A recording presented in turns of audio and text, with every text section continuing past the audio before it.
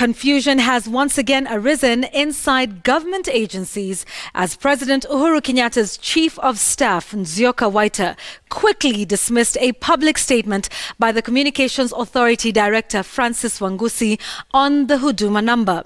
Wangusi stated in Kisumu that those who will not have registered for the Huduma Namba by the 18th of May will have their SIM cards switched off. But C.A.K fired off a statement on social media saying nobody will be penalized. As Chamtai Goen reports, Wangusi later tried to control the damage after C.A.K's tweet. To fill in your ID number. For privacy reasons, I'll not repeat. As the 45 days set aside by the government for the registration of the Huduma Namba service go by, those who will not have submitted their credentials received an unexpected warning from the Communications Authority of Kenya, even though the court had ruled that Huduma Namba was not mandatory. We are waiting for the 45 days to end. We will say, unless you have a Huduma Namba, you don't have a SIM card. So prepare yourself. And when we say it that way, it could be a polite order, but it is an order that is enforceable. And it gets better. One will not only be unable to communicate via their mobile network, services such as data, voice and even financial transactions may be impossible.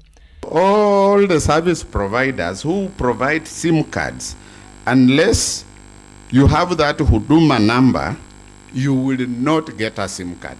Let me tell you why. Just a simple reason. Do you know how many IDs of dead people are being used today to register SIM cards?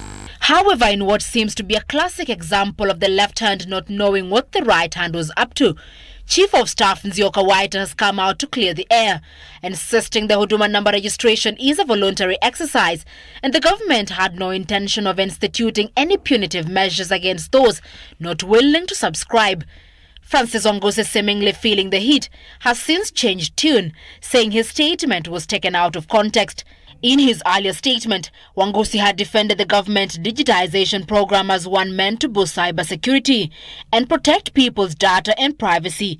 A section of Kenyans have been apprehensive about the Huduma Number, and now the government's apparent confusion may worsen the situation. Chamtai Goen, Citizen TV. All right, and just before, I'd like to read you that press statement that's come from the Communication Authority, and it's titled Misleading Media Reports on the Huduma Number Registration. It reads in part, we wish to clarify that the Director General has been quoted out of context. For the record, Mr. Wangusi emphasized the importance of the Huduma Number as a single source of truth for the identity of citizens. He noted that unscrupulous persons have in the past used either lost ID cards or ID cards of dead persons to register SIM cards with the express purpose of misusing the cards so registered to perpetrate criminal activities. And it says that he added that in the future, after adequate consultations with relevant stakeholders and changes in the law, the Huduma Number may be considered for use in the registration of SIM cards.